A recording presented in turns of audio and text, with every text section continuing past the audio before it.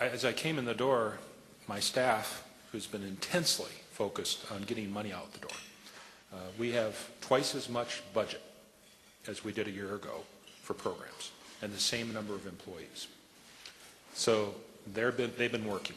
They were diligent before I got there. They'll be diligent after I leave. There are tens of thousands of homes being financed. There are thousands of new public facilities being financed. There are 1,000 new water systems or additions to water systems being developed out there. Broadband communications, we have the funding for financing broadband communications nationwide in rural areas. Our colleagues, the National Telecommunications Information Administration, has a similar role to us in urban, but they also help rural areas too. So we have this intense activity, and the first objection has to be to try and stimulate the economy. And we are doing our flat best to get the money out to people and groups and get it in people's hands and projects. And to my staff that's been doing that, I'm very, very grateful. And I think it's very meaningful. But what do we start to talk about going forward? And I've been working and thinking about this a good bit, and I've been paying close attention to Secretary Vilsack, who carries so much interest in this. And he's laid out some priorities to us inside USDA, and I've developed some priorities that I want to spend some time talking about with you today, because I want to have a dialogue with you about these priorities to see if you see yourself fitting into them, if you see other priorities that have greater importance or suggestions to me. I want to have dialogues, especially with people like you who spend a large amount of your time thinking, contemplating, and acting on how we improve our rural economy. The first one that I want to talk about has to do with regional collaboration. And those of you who have been in this game as long or longer than I have know generally what that means. We've been through empowerment zones, enterprise communities, the National Rural Partnership, several kinds of approaches. And I know for a fact, and Secretary Vilsack has talked about this, for him what this means in Iowa generally focuses about what he did when he was governor. That is, you find a number of communities, you incentivize them to act together for their mutual interest, and hopefully they develop a plan together where they start to be cohesively working together. So the Secretary is very interested in this subject. Victor Vasquez is with us today. He'll be speaking to you later, and this is one of my assignments to Victor, is to come up with this challenge and how we deal with this as an opportunity. So you might work with Victor on the conversations. Also, our Deputy Secretary, Kathleen Merrigan, is very interested in food systems. Her strong belief is that if we build local food systems that serve local communities, like that wonderful sweet corn you're growing there, which I hope was grown someplace near Sioux Falls. But I got to look at my food over here again. There is economic opportunity in the idea of local people providing local food, and that there is great value in that. And so she is very intensely interested in that, and I agree with her completely. I think there is great opportunity at that, having developed some of those kinds of systems myself. So we are going to look closely at that second focal point of the development of local food systems. Third, and this, again, I'm not using new phraseology with many of you, the term community development. And what does that mean? We have these wonderful programs that many of you have used in housing, infrastructure, and so forth. How do we use those better?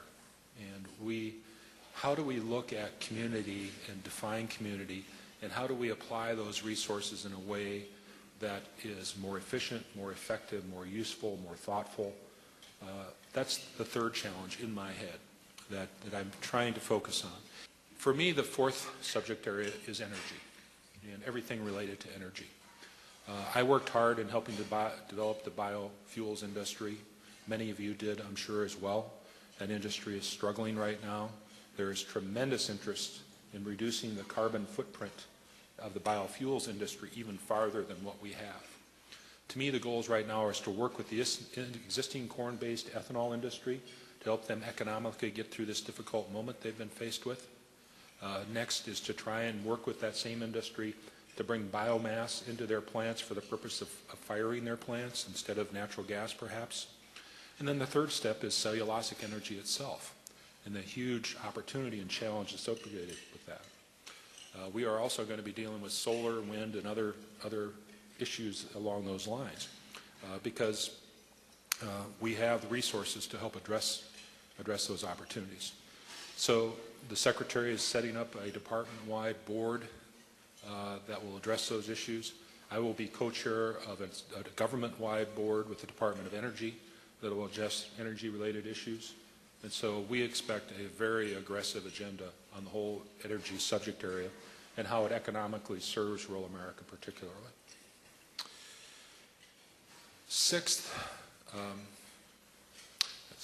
Fifth, I get my numbers mixed up a little bit.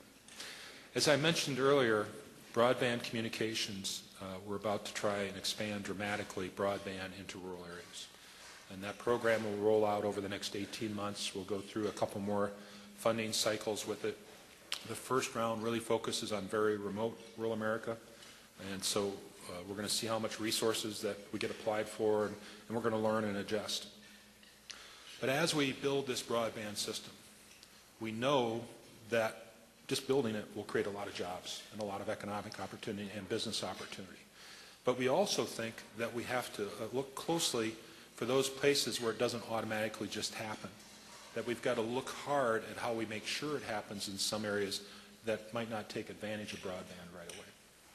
And right with that, I've had this strong feeling for many years that we need to constantly create an ongoing business creation process. You know, sometimes we get into a cycle, we work hard to create a business in an area, and then it kind of settles down. I think rural America must constantly be evaluating new economic opportunities. Just because we might be successful in one area, we just don't stop. We've got to keep going on to the next venture and the next venture, and we've got to keep adjusting just as the world is. I'm a big believer in feasibility studies and business plans, and I want to see how we can best use our agency resources to fund those kinds of things and the actual creation of businesses.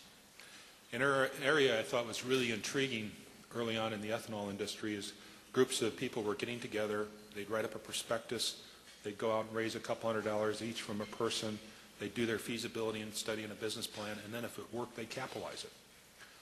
That's a great model, involving local people and investing in their own local ventures, and I think we should do it in all kinds of ways, in all kinds of projects. Now it's really for bigger or mid-sized projects, but smaller ones we can help too. So the fifth area for me is broadband and constantly creating new businesses. And I know many of you are engaged in that work in an entrepreneurial way, and I'm anxious to learn from you all about how we might assist you as you do that. Sixth, I want to find as many strategic partners as possible. And I think there are some unique things that can happen. Think of the National Rural Electric System. It has 45 million customers nationwide. And many of those rural electric systems work with their customers to weatherize their homes, to put in heat pump systems, to do all kinds of projects that assist those customers in using their energy more efficiently, lower carbon footprint. It creates jobs. I think those kinds of groups who have this big capacity and big relationship can, if it's strongly encouraged, can go much farther and help us get us out of this recession much quicker and help us with our economic development efforts. And I'll praise my friends at East River Electric down here in Madison, Jeff Nelson and Scott Parsley, Linda Salmonson, who have worked so hard over so many years in economic activity, and I think they're a great model that we can use across the country. And finally, my final point of interest that I like or am concerned about is the flow of capital to rural America. It seems to me, especially in this recession period, that there's not enough credit available or not enough equity investment available. And my friends in the banking industry and others might agree or disagree with me on that. But I just want to make sure when we have to do some of these very large projects or even very small ones, that we have an adequate supply of resources so when a sensible project or a reasonable project is proposed, we can find the money to put together to fund it.